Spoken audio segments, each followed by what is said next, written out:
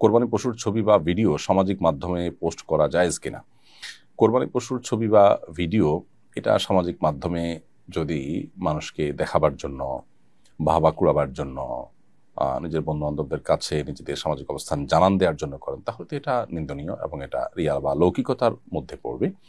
আর এমনিতেই কৌতূহলবশত, আনন্দবশত যদি এটি করেন, তাহলে ইসলামের সংস্কৃতি, ইসলামিক কালচার, এটার বিস্তার, এটার আপনার প্রকাশ, এর অংশ হিসাবে যদি এটা করেন সেটা জায়েজ হতে পারে। তবে খুবই রিস্কি, এখানে আমাদের মানসিকতার মধ্যে রিয়া বা লৌকিকতা চলে আসে কিনা, তাহলে সেক্ষেত্রে ইবাদতের যে প্রাণ সেটাই কিন্তু হারিয়ে যাবে। এই জন্য এটা ভ্যারি করবে যে আপনি কেন এটি করছেন। তবে এটি না করলে বিশেষ করে আমাদের রিয়া বা লৌকিকতা আসতে পারে, সেই আশঙ্কা থেকে এটি যদি না করা যায় সেটাকে আমি উত্তম মনে করি। কোনো কারণে যদি কেউ করেন, তবে তার উদ্দেশ্যের মধ্যে কোনো প্রকার অসততা, অসাধুতা, নিচুতা এরকম কোনো কিছু যেন না থাকে, সে বিষয়ে তাকে এনশিওর করতে হবে। অর্থাৎ আমি গরু দিচ্ছি, এটা আমার বন্ধু বান্ধবরা জানবে, বড় গরু দিয়েছি, বড় ছাগল দিয়েছি জানবে, এবং সবাই বাহবা দিবে, আমার সামাজিক অবস্থানের প্রকাশ হবে, এই সমস্ত উদ্দেশ্য থাকলে সেটি তো অবশ্যই নাজায়েজ এবং গুনাহ হবে। আর এমনিতে আনন্দ প্রকাশ করে করলেন, ওইরকম কোনো উদ্দেশ্য আপনার মাথায় নেই, তাহলে সেটা জায়েজ হতে পারে শর্ত সাপেক্ষে, তবে সর্বাবস্থায় অ্যাভয়েড করাটা উত্তম। আমাদের এলাকায় গরু কোরবানির সময় ইমাম সাহেবের হাতে শরীকদের নামের তালিকা দেওয়া হয়। কোরবানির আগ মুহূর্তে তিনি তালিকা পড়ে নেন, এটা জরুরি কিনা? উত্তর হলো এটা জরুরি নয়। তবে তাদের নামগুলো উল্লেখ করে যদি বলা হয়, আল্লাহ আপনি অমুক অমুক অমুক, অমুকের ছেলে অমুক, অমুকের মেয়ে অমুক, এভাবে সবার নামগুলো উল্লেখ করে যদি বলা হয় যে তাদের সবার তরফ থেকে এই পশুটিকে আপনি কবুল করে নিন, কোরবানি হিসেবে এটা কবুল করে নিন, এরকম বলে যদি করা হয় সেটা উত্তম। কিন্তু এটা জরুরি না। কোনো কারণে যদি নামের তালিকা না পাঠ করা হয়, নাম না নেওয়া হয় মুখে, সবাই জানেন কারা কারা এখানে শরীক আছেন, শুধু কোরবানির উদ্দেশ্যে বিসমিল্লাহ আকবার বলে যদি ছুরি চালানো হয়, তাতে সবার কোরবানি বিশুদ্ধ হয়ে যাবে। অনেকেই এই নাম জপাটাকে আবশ্যক মনে করেন, মূলত সেটা আবশ্যক নয়, তবে হ্যাঁ উত্তম সন্দেহাতীতভাবে। ঈদের নামাজের আগেই কোরবানি করলে কোরবানি সহি হবে কিনা? কোরবানি সহি বা বিশুদ্ধ হওয়ার জন্য পূর্বশর্ত হলো ঈদের নামাজ শেষ হওয়া। ঈদের নামাজ যদি শেষ না হয়, ঈদের জামাত যদি কোথাও না হয়, তাহলে সেক্ষেত্রে এরকম সময় কোরবানি করলে সেটা কোরবানি হিসাবে বিশুদ্ধ হবে না, পশু জবে হবে এবং সাধারণ গোশত খাওয়া হবে, কোরবানি হবে না। কোরবানি হতে হলে ঈদের জামাত হতে হবে, ঈদের নামাজ হতে হবে, ঈদের নামাজের পরপর কোরবানি করা যাবে।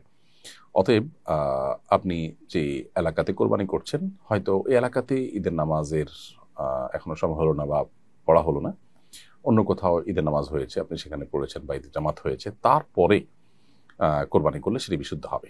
অর্থাৎ কোরবানিটা ঈদের জামাতের পরে হলেই হলো, কোথাও ঈদের নামাজই হয়নি বা তার আগেই কোরবানি হয়ে গেল ফজরের পর বা ঈদের নামাজের আগে আগে, তাহলে সেই কোরবানি বিশুদ্ধ হবে না। কোরবানির চামড়া বিক্রির টাকা মসজিদে দান করা যাবে কিনা? উত্তর হলো কোরবানির পশুর গোশত যেরকম বিক্রি করা উচিত নয়, ঠিক একইভাবে চামড়াও আসলে বিক্রি করা উচিত নয়। আপনি চামড়া দান করে দিবেন অথবা নিজে ভোগ করবেন। যদি বিক্রি করে ফেলেন, তাহলে সেক্ষেত্রে সেটা গরিব দুঃখীদেরকে দান করবেন, কোনো মসজিদে দান করবেন না। কোরবানির জন্য নির্ধারিত টাকা কোরবানি না করে কারো চিকিৎসা খরচ বা তাদের স্বাবলম্বী করার কাজে ব্যয় করলে এতে কি কোরবানির সওয়াব পাওয়া যাবে কিনা? উত্তর হলো, কোরবানি ছাড়া অন্য যে কোনো ভালো কাজে ওই টাকা ব্যয় করলে, কোরবানির টাকা ব্যয় করলে, তাতে সাদাকার সওয়াব, দানের সওয়াব হবে, যে কাজটা করেছেন সে কাজের সওয়াব হবে, কিন্তু কোরবানির সওয়াব হবে না। কোরবানির সওয়াব আদায় হওয়ার জন্য অবশ্যই আপনাকে কোরবানি সম্পাদন করতে হবে।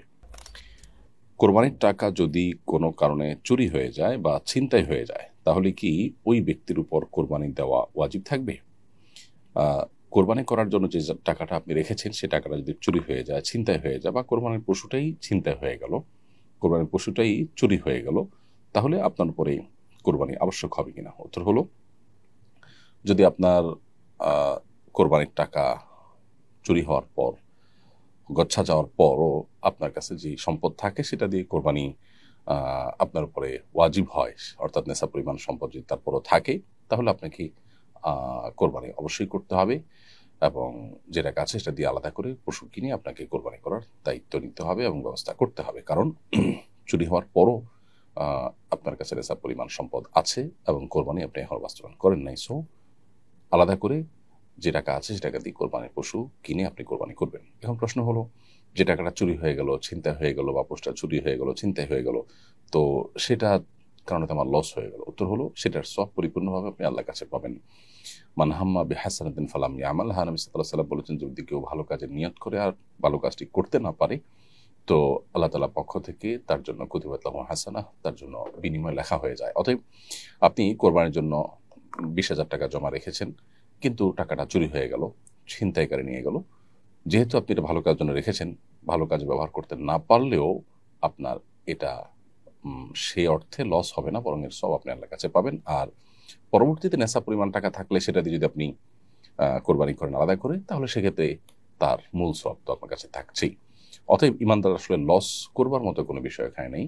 দুই দিক থেকেই আপনি ইনশাআল্লাহ আপনি আল্লাহ তাআলার কাছ থেকে আজর লাভ করবেন। আর যদি চুরি বা গচ্ছা যাওয়া টাকা যাওয়ার পর আপনার নেশা পরিমাণ আর টাকা না থাকে, ধরুন আপনার ছিলই ৮০-৮৫ হাজার টাকা, সেখান থেকে ৩০,000 টাকার কোরবানির জন্য রেখেছেন, সে টাকাটা চুরি হয়ে গেল, তাহলে যা আছে তা দিয়ে তো আর নেশা পরিমাণ সম্পদ তো আর নাই।